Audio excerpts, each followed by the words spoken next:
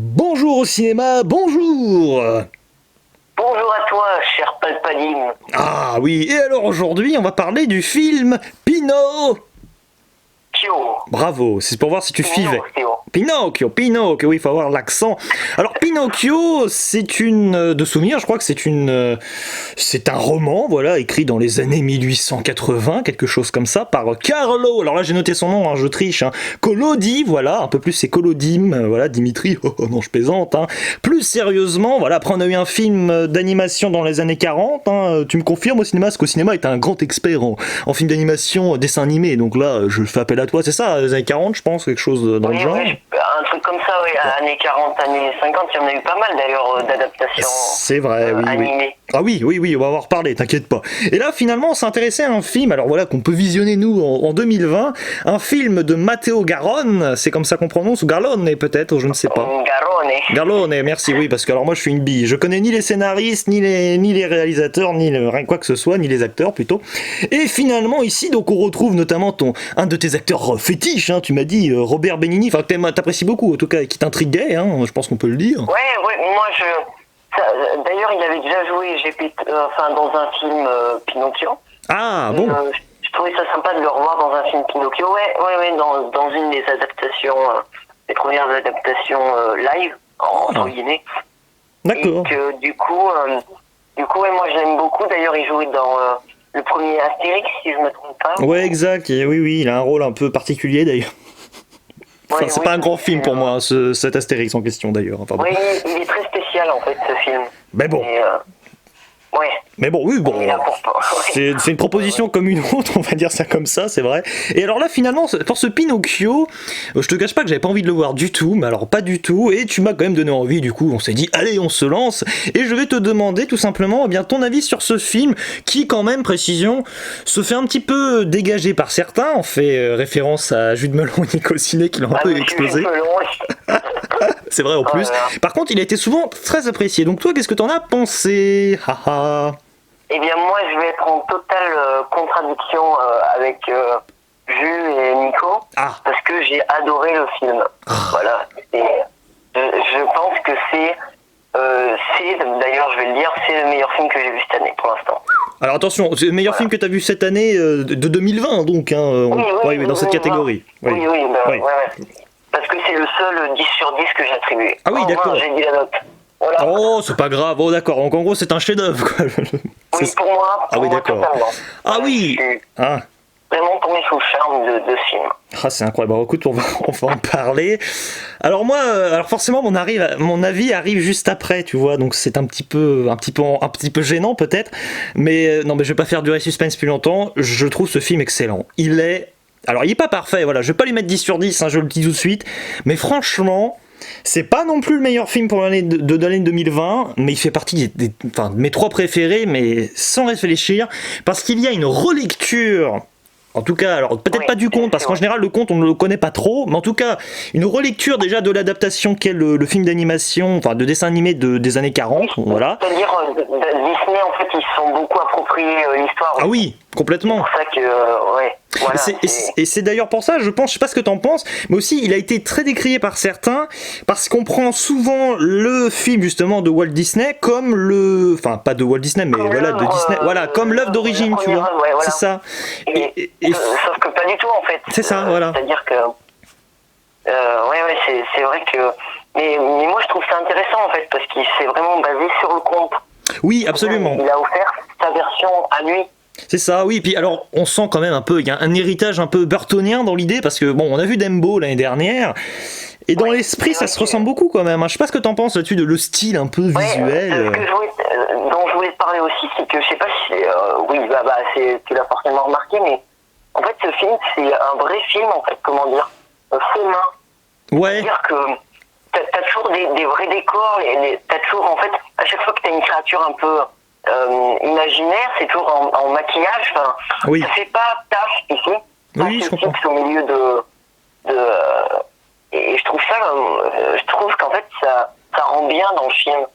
Ah oui, absolument. Mais c'est vrai que, honnêtement, le style visuel, au-delà de la réal, franchement, même rien que la photographie, c'est intéressant parce que finalement on sent qu'on se démarque, mais alors complètement d'un style un peu animé. Ce qu'on peut reprocher, voilà, par exemple au Roi Lion de l'année dernière, là, de 2019, c'est que oui, c'est du live action, ça se veut réaliste sur le papier, mais avec des animaux, c'est juste improbable. Ici finalement, c'est réaliste en soi dans les environnements, pas sur les traits des personnages, comme tu le dis, même s'ils sont maquillés, c'est d'ailleurs de très beaux maquillages, mais pour moi il y a un phénomène presque, il y a beaucoup d'autodérision, je trouve, tu vois, enfin je sais pas ce qu'on a pensé, mais je trouve ce film vraiment il est pas parodique, mais il en est presque pas loin, quoi. Et c'est ça qui m'a vraiment réjoui. C'est vrai que, en fait, c'est d'ailleurs ce qui a posé problème à certains. Oui.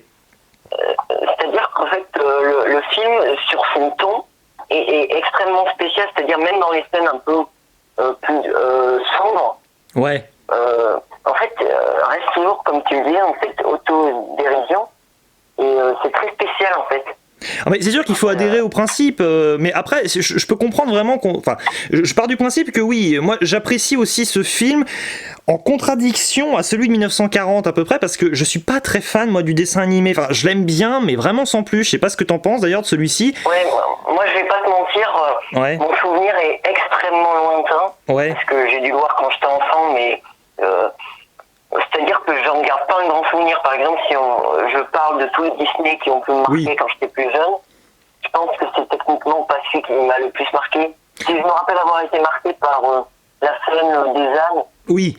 Tout le monde a dû être marqué par ça. Bon, sauf moi d'ailleurs. La baleine à la fin. Oui, et là, comme ça. Et d'ailleurs, la baleine qui est dans le roman est un requin d'ailleurs, parce que j'ai lu quelques passages du roman, je prétends pas avoir lu tout le roman.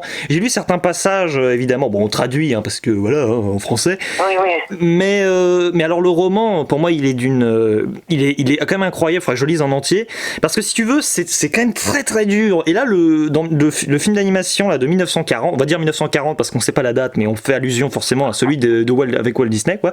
Et franchement. Eh ben, celui-ci, tu vois, je trouvais que c'était un peu... c'est un film classique, parce que voilà, il y a une belle imagerie, tout ça. Enfin, il y a une belle imagerie. Non, pour moi, il n'y a pas une très belle imagerie, c'est pas ça, même pour l'époque. Hein. Mais c'est-à-dire que, voilà, il y a une histoire qui a été reprise et que l'on connaît tous, que l'on maîtrise. Mais honnêtement, ce film-là de 2020, voilà... Il est quand même, moi je le trouve grandiose parce que je sais pas ce que t'en penses, mais alors qu'on ait un souvenir plus ou moins récent, plus ou moins lointain des anciennes adaptations, on les oublie complètement en regardant le truc, ou alors non, c'est encore plus astucieux, on les oublie pas vraiment, mais on prend conscience que ce film a une nouvelle dimension, et vu que voilà, c'est un peu parodique, parfois non, parfois il y a une petite référence astucieuse à des anciennes œuvres, tout ça, et finalement, je trouve que, tu vois, il y a une sorte à chaque fois il y a un changement d'attitude dans le film, ça rend le film parfois un peu, alors pour certains ça va être trop bizarre, hein, c'est ça, parce que c'est vrai que ça peut un peu choquer, et c'est choquant. Hein. Et extrêmement spécial. Ouais. C'est-à-dire que déjà, contrairement à l'adaptation que je viens de vérifier, c'est bien 1940, on avait raison. Ah bah on est tu avais raison. Ouais. Pile 1940. Ah bah tant mieux. C'est-à-dire que c'est un film qui n'est pas forcément destiné aux enfants. Ah bah non. Celui de 2020 est même tout l'inverse. Ah oui. C'est-à-dire que c'est un univers extrêmement spécial, c'est-à-dire, par exemple, la scène des ânes est extrêmement creepy. Je sais pas ce que t'en as pensé, mais... Elle est terrible parce que franchement là tu vois ça c'est une bonne idée, c'est-à-dire qu'on finalement on a l'impression de transposer vraiment le récit à notre époque en un sens. Attention évidemment ça se passe pas en 2020 hein, dans le métrage hein. Mais avec notre regard à nous, c'est vrai que tu vois le type là en effet qu'il est, parce que bon on spoil pas vraiment hein, si vous avez vu les adaptations précédentes bon. Pinocchio entre autres. Voilà, non ça suffit. Oui voilà, on le précise, hein, on fera pas de zone spoiler parce qu'il y a pas vraiment d'intérêt quoi. Mais l'idée c'est ça, c'est que t'as un vieillard qui est vraiment bizarre, voilà, c'est un peu t'as l'impression que c'est un pervers, faut le dire, enfin vraiment c'est ça hein, dans l'idée hein. Ouais c'est ça, et alors il attire des enfants, tout ça, il les compte même, tu sais, c'est tellement, c'est réjouissant, enfin tu vois, moi je trouve ça génial de voir ça, parce que en soi tu vois, cette scène est tellement atroce, mais tellement spéciale en fait que... Ah mais c'est malsain là hein. C'est très malsain, t'as qu'à voir... Les visages des enfants transformés en ânes sont monstrueux. Ah oui, c'est ça. Mais c'est terrible parce que finalement, ce film est une fable. C'est vraiment l'idée, hein, c'est ça. Oui, c'est ça. En fait, il a vraiment voulu faire une fable avec ce film, Matteo Garonne. Et il fait un truc un peu, vraiment, pour moi, c'est une fable vraiment, mais digne de La Fontaine. C'est-à-dire que voilà, tu prends des animaux. Alors évidemment, tu reprends qu'est-ce qu'il y a ? Il y a le renard, il y a le chat, hein, voilà, par exemple. Il y a l'escargot aussi. Oui. Escargot, un personnage que j'adore. Le melon a été extrêmement marqué par. Moi j'adore. Mais j'adore l'escargot. L'espèce de singe. Oui, ah oui, alors le singe est génial aussi parce que il y a un moment il y a un singe. Alors là, bon, je pense pas que t'aies vu le film, mais il y a une référence à enfin non, pas une, ouais, enfin je sais pas si c'est je pense que oui, c'est-à-dire qu'il y a une petite référence à un film avec De Funès qui s'appelle Ni vu ni connu. Il y a un délire avec coupable, innocent, tout ça. On sent qu'il y a un héritage. Alors attention, peut-être pas directement parce que tout le monde ne connaît pas De Funès non plus. Je prétends pas ça, mais on sent qu'il y a vraiment c'est un film un peu à l'ancienne. C'est ça, hein, dans l'idée, c'est très artisanal. Hein. Oui, c'est ça. C'est une vraie ode, une vraie invitation au fait main. Ouais. C'est vraiment l'idée, en fait, et je trouve ça vraiment beau, moi. Enfin, mais tu vois, par exemple, pour en reparler des maquillages, ouais. Je trouve qu'ils sont vraiment super réalistes. C'est extrêmement... Oui. En fait, c'est spécial, oui. Mais c'est tellement bien foutu, en fait, que... Oui, complètement. Mais c'est ça aussi, je sais pas ce que t'en penses d'ailleurs là-dessus, mais le film finalement, il est à une double vitesse systématiquement. C'est qu'à la fois, je sais pas toi, mais alors moi j'ai beaucoup rigolé, mais c'est vraiment la force du film, c'est que je me suis marré justement en pensant à cette autodérision totale par rapport aux œuvres précédentes, dont celle de 1940, où là franchement moi, là j'étais plié, parce que voilà, moi je trouve celle de 1940, c'est un petit peu gentillet, même avec le personnage de Geppetto d'ailleurs, parce que le personnage de Geppetto ici à un moment dit que c'est un vieillard, mais c'est pas un vieillard non plus, c'est juste pour faire la référence, enfin pour faire un petit clin d'œil. Mais tu vois, le personnage de Geppetto, qu'est-ce que t'en penses? Parce que moi, je le trouve vraiment excellent, franchement. Ah oui, moi aussi. Je sais qu'il y en a qui ont dit que le personnage était mis de côté. Et dans l'œuvre originale, si je m'y connais bien, oui. C'est pas non plus lui qui est le plus mis en avant. Ah bah pas du tout. Non. Pinocchio, enfin voilà. Oui, voilà. Voir un film Pinocchio, ça va pas être un film sur Geppetto, quoi. Enfin, bah c'est ça, et puis Geppetto même, tu vois, par exemple dans l'œuvre là de 1940, c'est un personnage moi que j'apprécie pas spécialement, tu vois, enfin c'est vraiment le papy, quoi, tu vois. Du vieillard, papy. Ça, ouais. Je suis gentil, tout ça. Là, c'est quand même un personnage, mais dès le début, c'est un personnage. Il est à la fois fourbe, à la fois attachant, mais il est hyper complexe et en même temps pas tant que ça. Mais avec le personnage, enfin, franchement, tu vois, la relation avec Pinocchio, on les voit pas souvent ensemble. Je sais pas si t'as remarqué, il y a peu de scènes entre eux, hein, tu vois. Mais pourtant, la scène finale, déjà, ouais. Oui. Voilà. Mais même, tu vois, on doit aller voir quoi, vraiment, tu vois, sur le même plan, sur l'écran, à l'écran en même temps, on doit peut-être les voir quelques, 10-15 minutes, enfin, franchement, j'en sais rien, comme ça. Intelligent mais voilà. Par exemple, c'est un peu comme dans les autres Pinocchio. Ouais. En fait, on se concentre vraiment, en fait, sur le chemin de Pinocchio. Oui. C'est-à-dire de son début en tant que marionnette, enfin, oui. Voilà. Avec toutes les épreuves qu'il va devoir traverser, à la fin retrouver son père. Et donc, son humanité en soi aussi, du coup. Oui. Ah oui, mais c'est... Vraiment... Ouais. Ouais. Oui, c'est très beau. Hein. Et puis j'ai trouvé ça intelligent, c'est qu'en fait, on voit très peu d'humains. C'est vrai, mais c'est aussi pour ça qu'on écarte Geppetto, c'est volontaire, c'est que les humains souvent ont déjà des caractéristiques alors très négatives, même si des fois il y a un retour à l'humanité en un sens, et c'est ça aussi qui est beau, c'est que finalement Pinocchio, il aspire pas vraiment à l'humanité, mais il va quand même la connaître, et tu vois quand il se précipite vers la fin, il se précipite vers son père, bah, c'est un peu déchirant à un sens, parce que tu sens qu'il a perdu son innocence, sa naïveté, mais en même temps il va devenir un humain, et un humain voilà qui comporte, qui n'est pas parfait, et c'est loin s'en faut. Et c'est vrai que le film, c'est aussi ça qui est bien, je sais pas ce que t'en penses, mais il y a le personnage de la fée, voilà, la fée. Oui, à la fin. Bon, voilà, à la fin, attention, on la voit pas qu'à la fin quand même, hein, mais. Oui, c'est-à-dire que on est d'accord pour dire que le moment où on la voit le plus, c'est à la fin qu'elle va le. Oui. Ouais, voilà, c'est. Oui. Mais tu vois, même ce personnage par exemple de la fée, tu vois, bon, c'est vrai que je trouve qu'ici c'est sa meilleure adaptation aussi, hein, sans conteste, hein, parce que finalement, eh bien, c'est un personnage qu'on voit d'ailleurs avec deux actrices différentes. On va pas en révéler trop quand même, mais bon, l'idée est là. Et voilà, ça rend le tout. Voilà, on va pas trop dire quand même, parce qu'il faut le voir. Hein, voilà, on vous le conseille fortement. Hein, si vous en êtes encore là dans le podcast, c'est qu'il faut le voir, hein, sérieusement. Et c'est bizarre parce que finalement, tout le film te fait à la fois grincer des dents, c'est vraiment ça, mais grincer des dents, attention, c'est positif, c'est pas oh je grince des dents, mais c'est complètement n'importe quoi ce que je vois, non, c'est-à-dire un propos maîtrisé, et en même temps, si tu veux, t'as des personnes, parce que la morale finalement, elle est le contraire de ce que pensent à mon sens tous les adultes dans le film, mais Pinocchio, lui, est au milieu de tout ça et est complètement perdu, quoi. Oui, c'est-à-dire qu'en fait, ce que j'ai bien aimé aussi avec le film, c'est que je sais pas si t'en es bien rendu compte, mais en fait, on peut pas se passer d'une scène sans Pinocchio. En fait, on va tout vivre à travers le regard de ce petit garçon. Et l'acteur est très bon d'ailleurs. Moi, je le trouve excellent, l'acteur. Le gamin est super. Alors, j'aurais pas son nom là, mais. J'ai noté Federico, oula, Yellapi. Bon, je fais ce que je peux. Voilà, s'il regarde cette vidéo. Il va pas comprendre qu'on a parlé de lui. Et d'ailleurs, moi je trouve ça intelligent d'avoir pris Robert. J'ai massacré son nom de famille. Qui ça, pardon? Non, il s'appelle pas Robert. Qu'est-ce que je raconte? Tu parles de qui? L'acteur qui joue Gepetto. C'est Robert Benigni. Oui, voilà.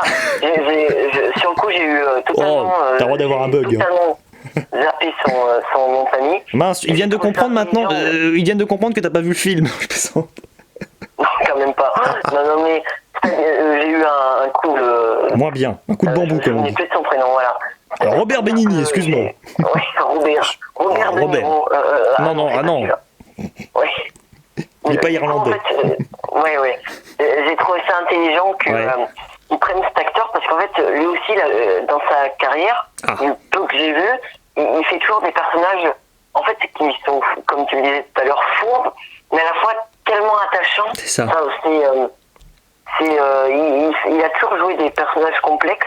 Oui. C'est-à-dire que même quand on le voit peu, c'est toujours un personnage complexe qu'on a envie de décortiquer en fait. C'est ça, et finalement je sais pas ce que t'en penses, mais comme tu le disais tout à l'heure, à juste titre, c'est-à-dire que le film ne peut pas exister sans Pinocchio, absolument, c'est impossible, c'est inconcevable, et en même temps, il y a vraiment un alliage entre les deux personnages, c'est-à-dire que quand t'as Pinocchio d'un côté, il va forcément penser à son père, même s'il l'oublie, mais tout va revenir vers lui à un moment, et inversement. Penser à Pinocchio à chaque fois. Voilà, et inversement, c'est ça, et donc finalement, c'est drôle, c'est que finalement il y a une alchimie, alors pourtant les personnages, on le répète, mais on les voit très peu ensemble à l'écran. C'est ça qui est assez fou. C'est la force du film, quoi. C'est une démonstration, complètement. Ouais, tu vois qu'ils s'aiment très fort et tout. Oui. Ça, en fait, les avoir toujours tous les deux, quoi. À disposition en même temps, c'est ça.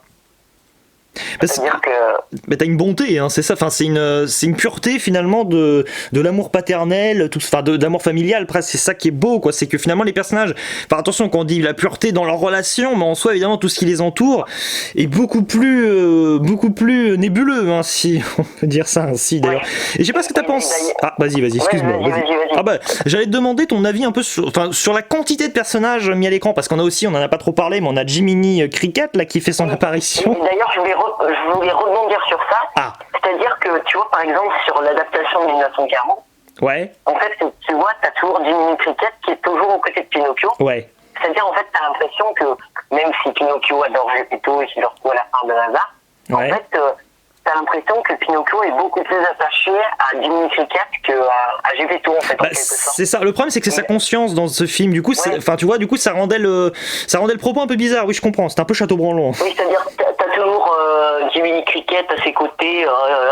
En fait, c'est ça le problème des Disney, c'est-à-dire que il faut toujours un personnage avec le personnage principal qui soit là tout le temps pour le... Là, t'as l'accompagnateur parfait, et c'est ça qui est dommage. Alors qu'ici, le personnage, t'as remarqué qu'il est toujours accompagné. On voit rarement Pinocchio gambader seul dans la forêt ou je ne sais où. Oui. Mais il est toujours... Quand il est accompagné, souvent il est mal accompagné. Et on dit souvent qu'il vaut mieux être seul que mal accompagné. Ça s'applique bien ici par moment, quand même, avec lui. Oui, c'est-à-dire, moi, je sais pas ce que vous en avez pensé, mais Jiminy Cricket, il est pas du tout gentil dans cette adaptation. Oui, c'est ça. C'est ça qui est drôle parce que tu vois, il fait un peu la morale, tout ça, mais déjà le personnage, ce qui est drôle, c'est qu'on le voit quasiment pas. Tu vois, on doit le voir. Allez, on le voit 2-3 reprises. Et puis alors, il a une voix tellement improbable et tellement bizarre que tu te dis, le gars, il est. Enfin, tu comprends Pinocchio parce que. Oui, c'est ça. Mais non, mais tu vois, mais c'est ça qui est bien parce que finalement, Pinocchio. À aucun moment il peut se dire mais ce type a raison, il faut que je fasse exactement ce qu'il me dit, parce que tu vois finalement non mais tu vois parce que dans le film d'animation de 1940 comme ils sont copains plus ou moins, enfin c'est sa conscience blablabla, il y a aucune raison pour qu'il pète des câbles et qu'il fasse n'importe quoi, alors qu'ici c'est complètement justifié le personnage, mais ça rappelle, je sais pas si t'avais vu Shazam l'année dernière, mais dans la scène post-générique il y a une chenille, mais c'est absolument ça, hein. Oui, c'était le même personnage, oui. Oh oui, celui-là.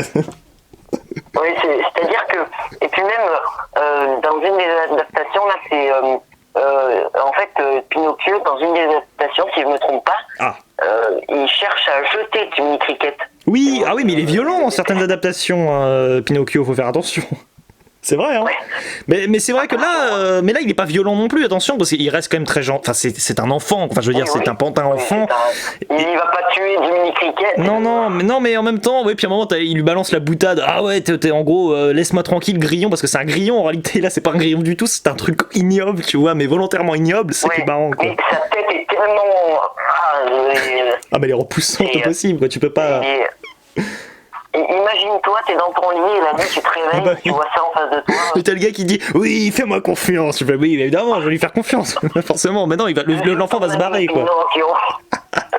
Mais moi, tu sais que j'ai revu la scène exprès lors de son apparition parce que j'étais mort de rire. Parce qu'en plus, t'as une voix, tu sens que c'est la voix numérique par ordinateur. C'est improbable, on est complètement d'accord. Mais c'est la magie de ce film de faire. Il fait pas n'importe quoi, mais il part dans des directions tellement aléatoires. Pour moi, c'est un film grandiose. Hein. Ouais, c'est-à-dire que, en fait, même dans les délires, en fait, il les assume. Oui, c'est ça. C'est ça la force. Ouais. Absolument.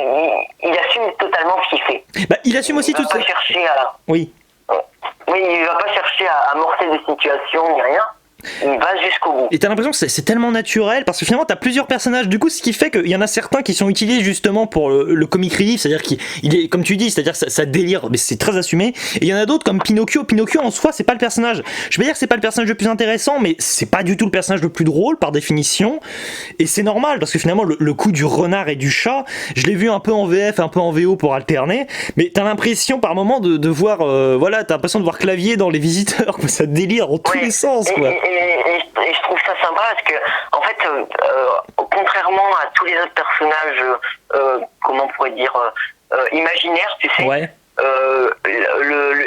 Ces deux personnages ont un maquillage très humain, en fait. Oui. Ils ont vraiment la peau des humains. C'est-à-dire que c'est extrêmement spécial ce maquillage. C'est intelligent parce que ça permet de comprendre que non, c'est pas son imagination. Parce que ça aurait pu aussi être, tu sais, oh bah ils sont tellement bizarres qu'ils délirent. Mais non, ils délirent pas, hein. C'est pas ça le principe. Hein.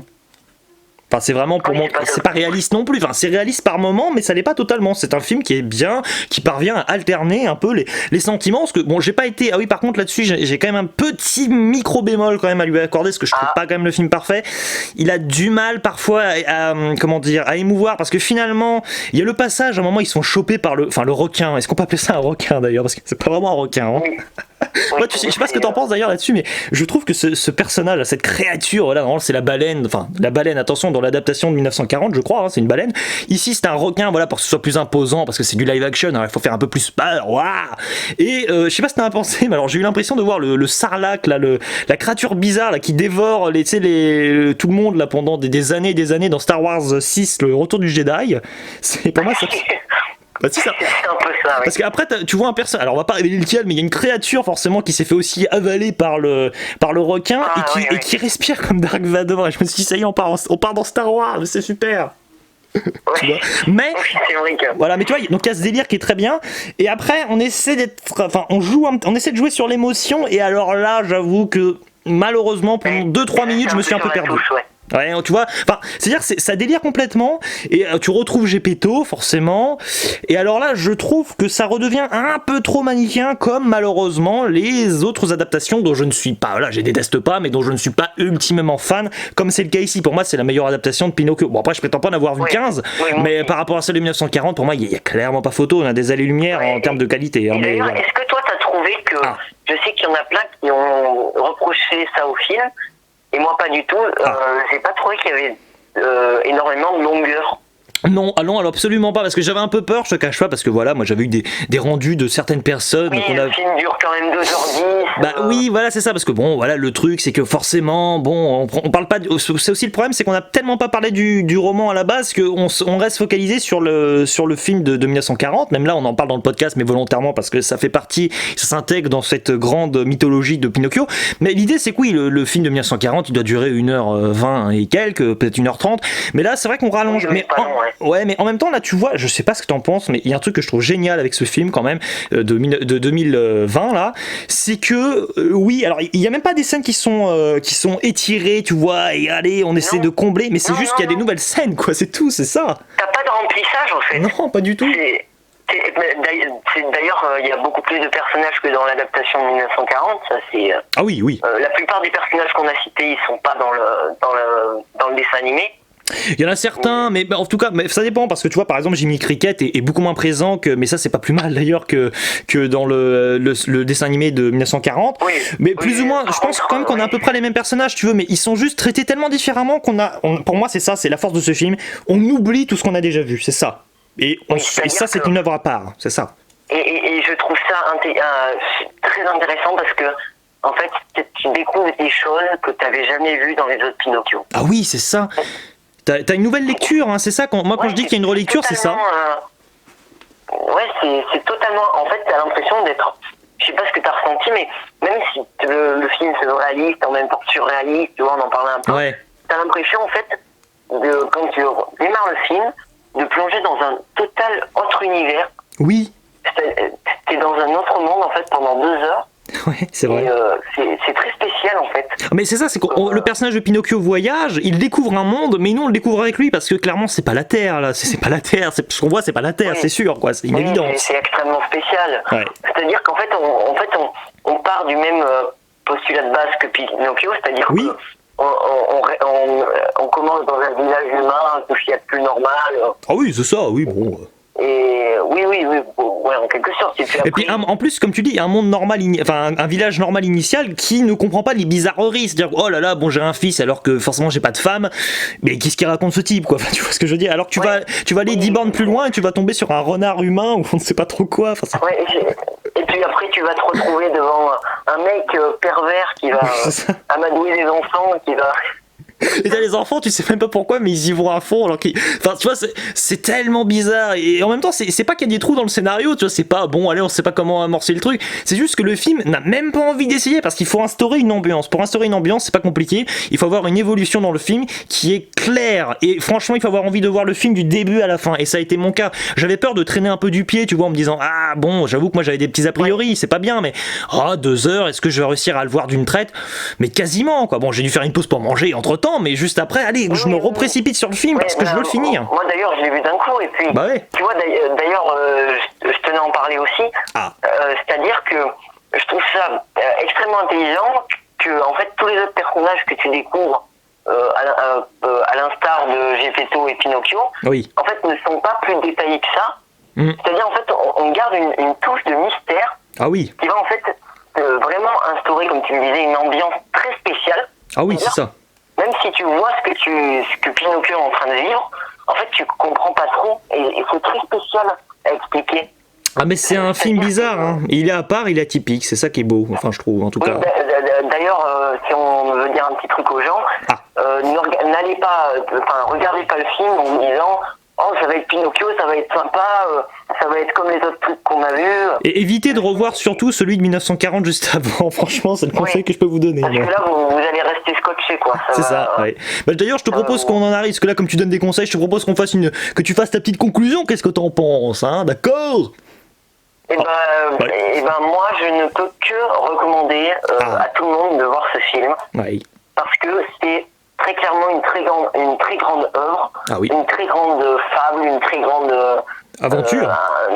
Oui, voilà, tout ce que vous voulez. C'est un très beau film. C'est un film mais à la fois très spécial mais très concluant, attention. Hein. Oui. C'est pas n'importe quoi. Oui, regardez-le. Voilà. Ah bah d'accord, et donc bon, tu l'as révélé en intro, tu mets 10 sur 10, et c'est bien, bravo. Bon, moi je vais rester sur... Ah pardon, vas-y, excuse-moi. Vas-y, excuse-moi. Non, moi je pense qu'il va rester avec dans mon... je serai obligé de le mettre dans mon top de l'année. Ah bah avec un 10 sur 10, t'es bien parti, on va dire ça comme ça. Je le sens déjà, ouais. Ah bah du coup, je peux comprendre. Moi je te cache pas hein, quand même, hein, je vais pas mettre 10 sur 10, je vais mettre 8 sur 10, mais pour moi c'est quand même excellent, attention, parce que ça va s'intégrer forcément là provisoirement dans mon top 3 de l'année, c'est une évidence. Pour moi, c'est un film incroyable, j'aurais plaisir à le revoir, ce film, le genre de film que je peux revoir plein de fois, hein, c'est sûr. Rien que d'en parler, ça me donne envie de le revoir. Ah bah oui, mais moi aussi, donc c'est beau, hein, c'est un film addictif, allez le voir. Et du coup d'ailleurs, je voulais te dire aussi, il y a plein d'adaptations de Pinocchio qui sont en préparation. Ah oui. Dont notamment une en version animée qui sera réalisé par Guillermo del Toro et qui sortira sur Netflix l'année prochaine, je pense. Ça peut être improbable, ça aussi. Et je sens que je vais l'adorer rien qu'en y pensant, parce que déjà, si tu le sais, mais Guillermo del Toro, c'est mon réalisateur préféré. Donc oui, ça aide, hein, c'est sûr. J'ai vraiment hâte de voir ce qu'il va faire. Et j'ai vu aussi que, tout à l'heure, tu vois, on parlait de la version Disney. Ouais. Il prépare une version, du coup, live Disney. Ah, mais alors là, tu savais quel réal ou on sait pas encore ça, d'ailleurs? Alors, au départ, ils avaient pensé à Ron Howard. D'accord, finalement, il a été viré du projet. Enfin, viré. Du coup, il est parti. Ils l'ont remplacé par Robert Zemeckis pour l'instant. Oui, c'est vrai, exact, j'en ai entendu parler. Ah oui, ça va, parce que j'allais dire si c'est un... Bon, attention, hein. Mais si c'est pas en général des réalisateurs, tu vois, comme Tim Burton pour Dumbo que j'ai bien apprécié, les live action chez Disney, en général, enfin de Disney, hein, j'ai souvent du mal. Donc si c'est Zemeckis, pourquoi pas. John Favreau, souvent, John Favreau. Oui, John Favreau, bon. Je déteste pas ce réal si tu veux, mais bon, c'est pas je le préfère en tant qu'acteur complètement, quoi. Et en vrai, je trouve que ça peut être sympa aussi, la version Robert Zemeckis. Ah oui. Après, à voir ce qu'il en fera, parce que. Mais t'auras une référence à Retour à le futur, c'est obligé. Hein. Oui. Enfin, c'est sûr que d'ailleurs, moi j'ai pas vu son dernier film à Robert Zemeckis. Ah non, oui, Bienvenue à Marwen, il me semble, qui a été très apprécié par Jules Melon, à voir. Du coup, j'ai pas encore vu, j'avoue, c'est pas un film qui m'attire. Il est passé inaperçu. Moi non plus. En fait, je me suis toujours dit, faut que je le voie, et finalement, toujours pas. Donc... Enfin, attention, pour avoir vu les 2 premières minutes, oui, parce que je l'avais commencé, j'avoue, ça ressemblerait bien un peu à l'esprit Pinocchio qu'on retrouve ici, si tu veux, dans ce live action de 2020. Donc pourquoi pas, hein, moi je demande à voir. Mais faut pas nous faire un copier-coller de ce qu'on vient de voir là. Hein, bon. Faire un copier-coller de celui de Matteo Garonne. Ils vont faire Pinocchio 2, tu sais. Ouais, Pinocchio 2, ouais. Après, il y aurait matière peut-être à raconter quelques trucs, mais... ouais, à mon avis, il faut s'arrêter là. C'est déjà très... Moi, je pense qu'il suffit à lui-même, hein, cet opus, honnêtement. Hein. Oui, mais de toute façon, je pense pas qu'il fasse de suite. Non, je vois pas trop l'intérêt. Le film suffit à lui-même et très intéressant comme... Par contre, réinventer d'autres contes très merveilleux, voilà, de chez Disney aussi, après, quand il est repris... ça serait sympa de voir, je dis ça comme ça au pif, mais... une version live action de Matteo Garonne sur Peter Pan. Ah oui, sur Peter Pan, ça pourrait être super. Hein.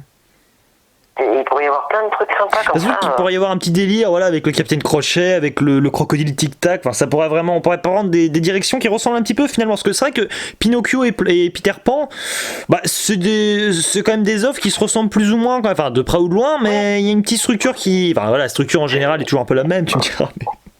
Là, en fait, c'est un peu bizarre parce que, par exemple, Pinocchio, en fait, c'est un peu pareil parce que, tu vois, par exemple, les enfants dans Peter Pan vont aller dans un monde totalement imaginaire. Oui, voilà. Tu vois, c'est un peu pareil, quoi. C'est un peu Pinocchio à l'extrême, hein, Peter Pan, dans l'idée. Ouais, c'est-à-dire que là, par contre, en fait, Pinocchio, ça se veut pas comme être... dans un monde imaginaire, tu vois. Non, c'est un autre monde. Peter Pan, c'est totalement voulu. Oui. C'est-à-dire que le film, déjà dans le scénario, il te dit clairement qu'il va t'emmener dans un monde imaginaire. C'est ça, oui, c'est certifié. Alors qu'ici, Pinocchio, c'est ce manque de... Enfin, c'est pas que c'est un manque de cadre, mais comme on nous planque certaines informations, eh bien, on ne peut être que surpris en le voyant. Hein. C'est vraiment l'idée, quoi, hein, qui s'en dégage. C'est une agréable surprise, parce que même si tu l'attendais plus que moi, je pense pas qu'on s'attendait à l'apprécier autant. Hein. C'était un peu bon. Hein. Je m'attendais à être content de découvrir ce film. Oui.